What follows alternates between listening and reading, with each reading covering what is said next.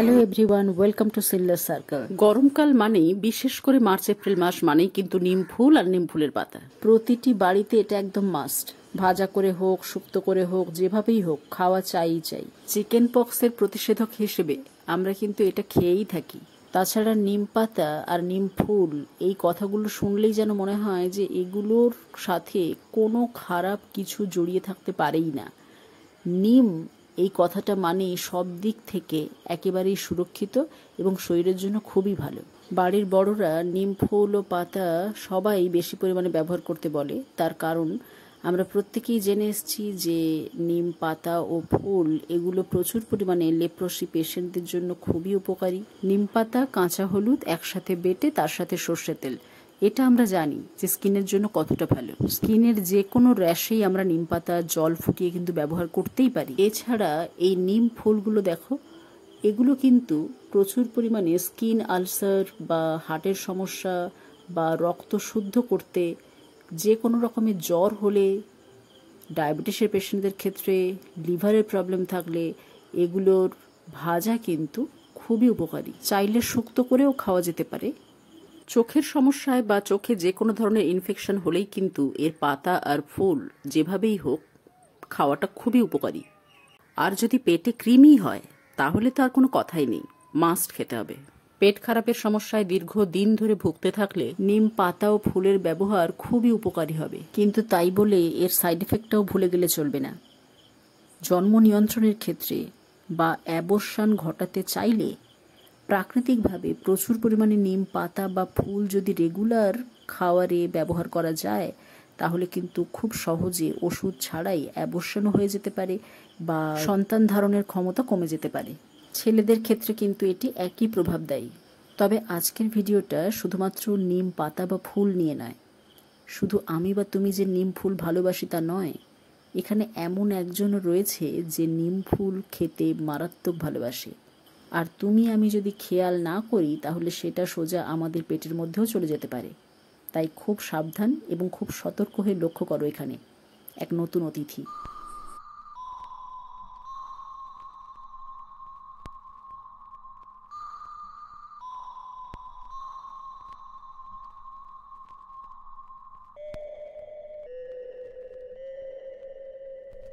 সাদা সাদা নিম ফুলের মধ্যে আলাদা করে চিনতে পারছো কিনা দেখো দেখি। এতটা ছোট হতে পারে, তবে এরাও ভীষণ চালাক। এরাও খুব ভালো করেই জানে যে কিভাবে প্রতিকূল পরিবেশে বেঁচে থাকতে হবে। সে কারণে দেখো একেবারে নড়াচড়া করছে না।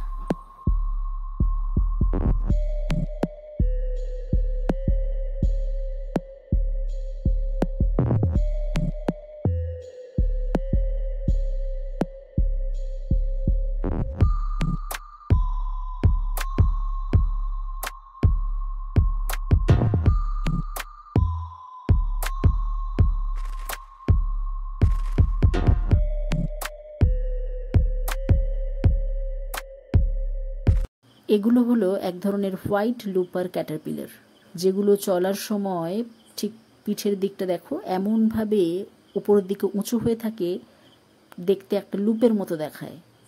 আর গায়ের রংটা এমনই সাদা যে খুব সহজে সাদা ফুলের সঙ্গে বা গাছের গুঁড়ির সাথে মিশে থাকলেও চেনাই যায় না যে এখানে একটা হোয়াইট লুপার আছে বলে। এরা যে কোনো ধরনের শাকসবজি তো কেটে নষ্ট করেই, বিশেষ করে সেগুলোর পাতা বা ফল, এগুলো এরা কেটে কেটে নষ্ট করে এবং খেয়েও ফেলে। তবে নিম ফুল বা পাতাতে যে এদেরকে দেখতে পাবো এটা আমার কাছে অবিশ্বাস্য ছিল। আজকে সেটাও দেখে নিলাম যে এরা নিম ফুলের রসও খেতে ভালোবাসে।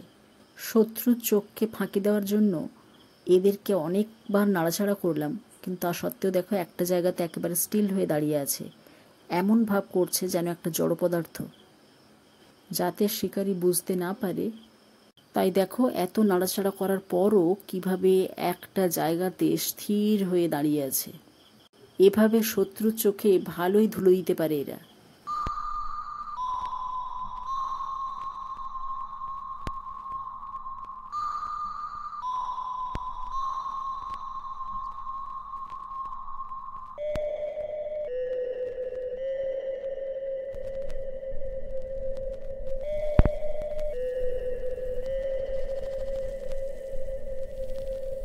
এদের আবার জীবনকাল 24 থেকে 33 দিন পর্যন্ত, ম্যাক্সিমাম 33 দিন।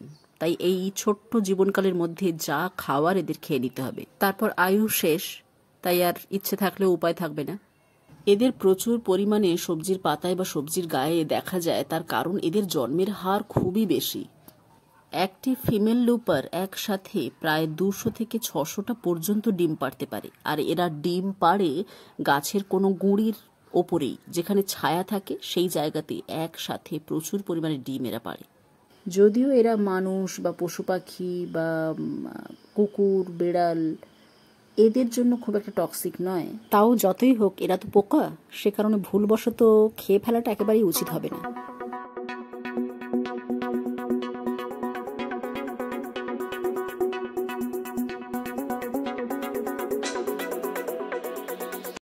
এদের সাধারণত খুব সকালের দিকে বা সন্ধ্যের দিকে, যখন টেম্পারেচার অনেকটাই কমে যায়, তখন গাছের পাতায় বা ফুলে দেখতে পাওয়া যায়।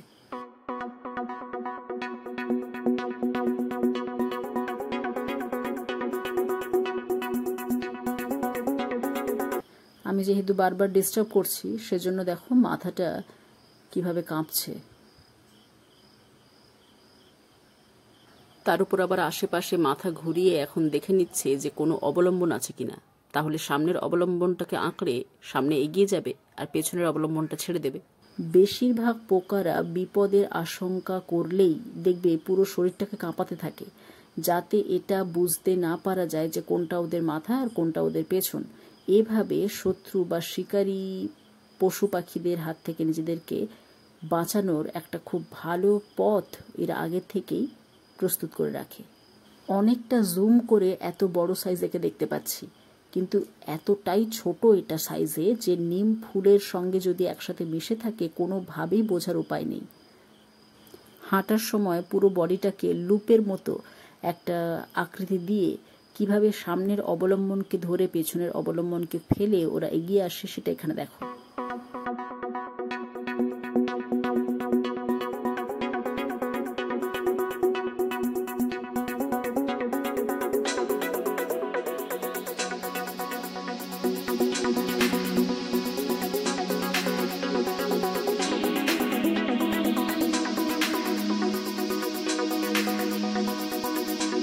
দেখো পিঠের দিকটাতে আবার একটা লুপ তৈরি হয়ে গেল।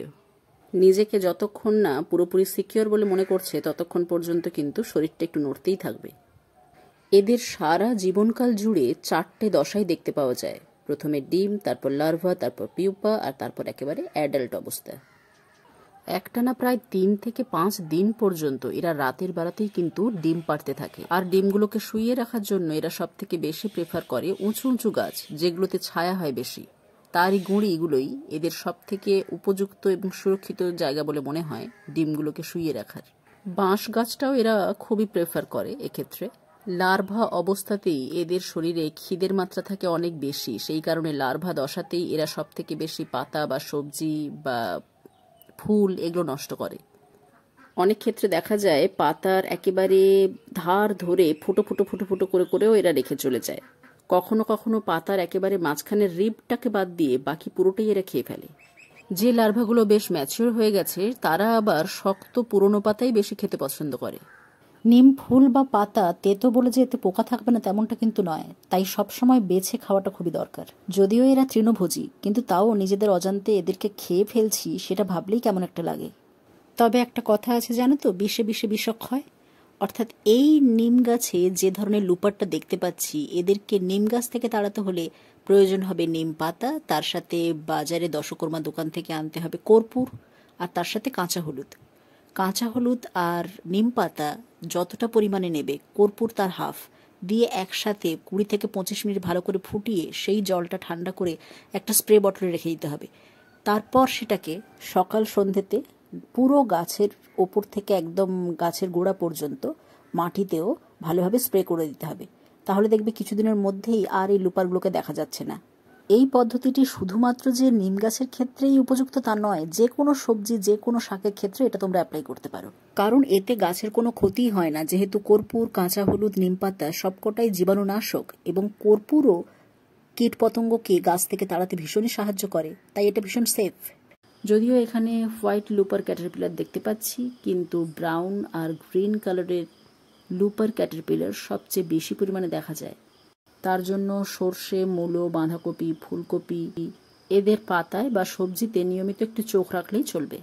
এছাড়াও এদেরকে নষ্ট করতে বেকিং সোডা গাছের ওপর ভালোভাবে ছড়িয়ে দেওয়া যেতে পারে। তাতে যখনই এরা সবজি খেতে আসবে এই বেকিং সোডাও খেয়ে ফেলবে আর তারপর মারা যাবে।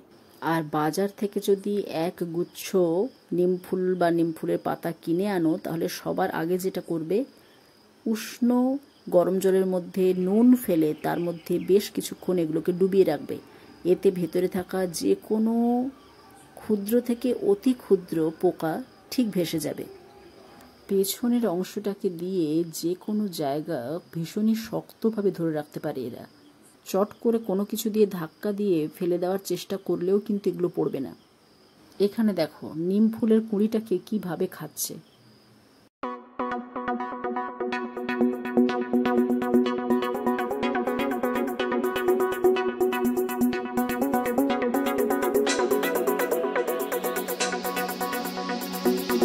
তবে তোমার পছন্দের গাছে যদি প্রচুর পরিমাণে এই ধরনের লুপার দেখতে পাও আর সেগুলো যদি তোমার গাছের ক্ষতি করে, তাহলে আপাততভাবে ভিনিগার ব্যবহার করতে পারো।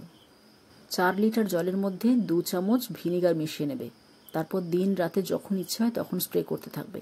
দেখবে কিছুদিনের মধ্যেই এদেরকে আর দেখা যাবে না। আর চাইলে একেবারে ভিনিগারও এই ধরনের পোকার উপর স্প্রে করা যেতে পারে। তাতে এরা অনেক সময় মারাও যায়। আর বেশি পরিমাণ যদি গাছে থাকে তাহলে একটা সময় দেখবে আর একটাও আসছে না গাছে।